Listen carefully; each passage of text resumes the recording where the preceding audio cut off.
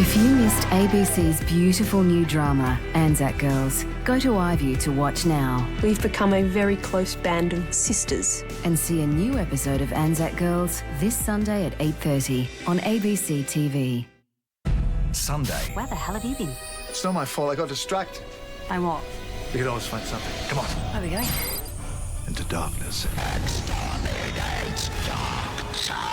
Doctor Who, Sunday, 7:40. This is my dad. He's relaxing because he works so hard. Well, that's not always what Mummy says. This Father's Day, I'm going to spoil him with something from the ABC shop. A Doctor Who ice cube tray or board game, one of his favourite TV shows on DVD, or a big book with lots of words and pictures, maybe even a CD, as long as he promises not to dance. Father's Day is as easy as ABC. Tonight, Tony Abbott condemns Vladimir Putin's power play as NATO holds crisis talks and Ukraine accuses Russia of invading its territory. And the Coalition's Steve Chobo and Labor's Ed Husic go head-to-head in our political forum. That's Lateline at 10:20.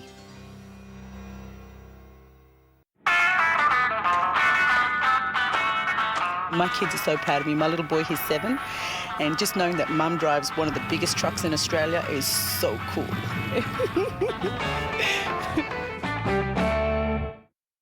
The following program is rated M for a mature audience. It contains adult themes and violence. The man in the CCTV may have murdered everyone you worked with. Don't you want to help? I don't know any cripples, all right. Tomorrow at 7:30, Father Brown must figure out who is sending a series of poison pen letters. Then at 8:30, DCI Bank struggles to unravel the murder of an accountant with a double life.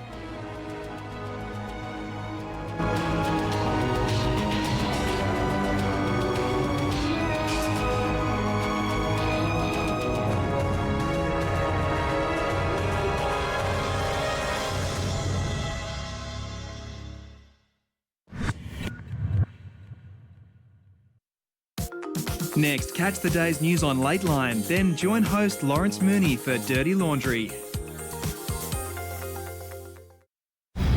You never know what lies beneath the surface. Who is so desperate to make this disappear and why? Until you begin to dig. Something happened and everybody's working so bloody hard to look the other way. How far will two brothers go? One of the security guys saw me. To unearth the truth. If you just give the files back, then all of it will be over. There's people here who are prepared to do what it takes. The Code, coming soon to ABC. On Australian Story. I'm not sick in the sense of being sick. From quarantine. It forced someone who wasn't that reflective to reflect. It was funny, amusing, accurate. To a worldwide comedy hit. I think it's the best comedy I've ever seen on Australian TV. On Four Corners, behind the veil of one of the world's most wanted. Samantha was not a leader, she was a follower. She just said to me, don't say anything. What did she do? What part did she play? Who is the White Widow? Monday from 8 on ABC. Give Dad the gift of music this Father's Day. The Dam Busters, rousing songs, anthems and marches. Fly me to the moon. Tonight, smooth jazz for a magical evening. Classics for a lazy Sunday. The rich, relaxing sound of the symphony orchestra. And great British anthems, mighty choruses and festive favourites. Albums out now. ABC is seeking 4 new members to join the ABC Advisory Council from January 2015. The council contributes ideas and feedback to the board and management about ABC television, radio and online. Members are chosen for their ability to represent a wide range of community attitudes and are appointed as individuals rather than representatives of groups. To register your interest, call 1800 628 250. We're defined by our environment, we're defined by our jobs, and when you become a Viking, that all just simply drops away and you become somebody else.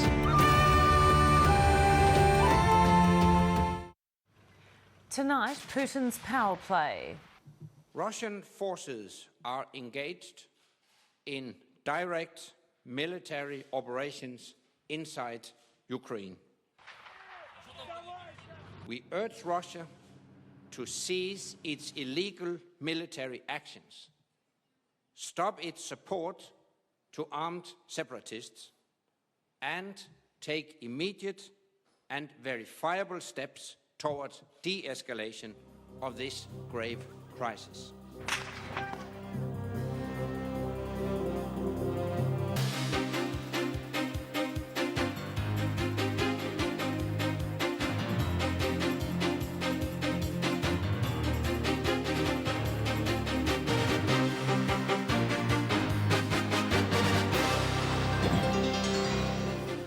Good evening, welcome to Lateline. I'm Emma Alberici.